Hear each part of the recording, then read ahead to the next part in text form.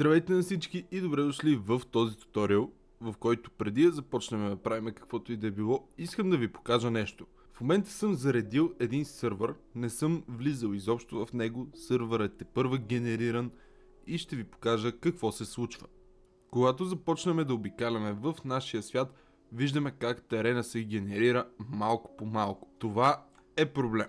И сега ще си зададем въпроса, защо реално това е проблем? Да кажем, че във вашия сървър може да играят 10, 15, 20 човека, нагоре няма никакво значение. Представете си, когато тези хора започнат да експлорват из вашия свят. Това са много чънкове на различни места, зареждащи се по едно и също време.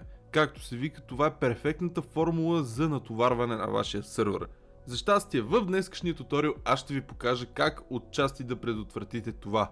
Днес ще разгледаме ето този плагин, който е изключително стар, все още поддържан и все още толкова добре работещ и изпълняващ целта си такава каквато трябва да бъде. Ще разгледаме чънки.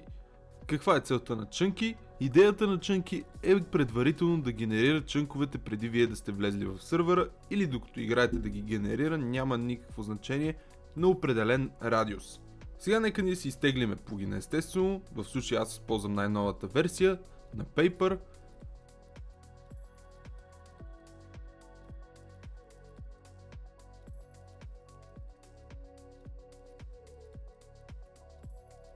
Сървъра ни е готов. Чънки е изключително лек плагин.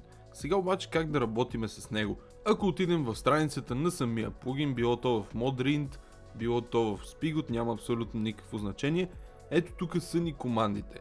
Всяка една команда си има естествено нейното предназначение, но аз ще ви покажа сега как примерно да генерирате от вашия спаунпойнт в 1000 блока радиус чънковете. В случая ще използваме командата chunky radius, направо ще си я копирам, правиме го примерно 500 и след това chunky start. Ако всичко е наред, ще ви започне да ви изписва ето тези съобщения, конзолата, което е абсолютно нормално. Когато спрат, значи и чънковете са генерирани. Затова нека сега го изчакаме да станат нещата. Докато се генерират нещата, нека всъщност разгледаме малко от командите на чънки. В самата страница тук са ви дали отдолу различен тип. Тук примерно може да си генерирате директно в недъра чънкове. Тук имаме тази простичка команда, която аз използвах. Можете от лора, от бордъра да създавате радиус. Общо взето плагинът е доста прост, доста гъвкав и изключително полезен. Но и ще сложа един дисклеймър. Колкото повече чънкове генерирате, толкова повече ще се пълни мястото на вашия сървър, независимо дали искате.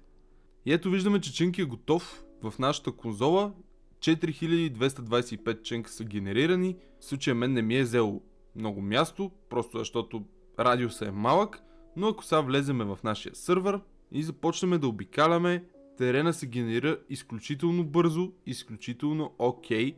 Виждаме, няма това накъсване в появата на самия терен и в момента в радиус от 500 блока всичко ми е генерирано. Това беше всичко от този туториал, надявам се да ви е бил полезен. Ако имате някакви въпроси, може да ги зададете в Discord или в нашата клиент зона.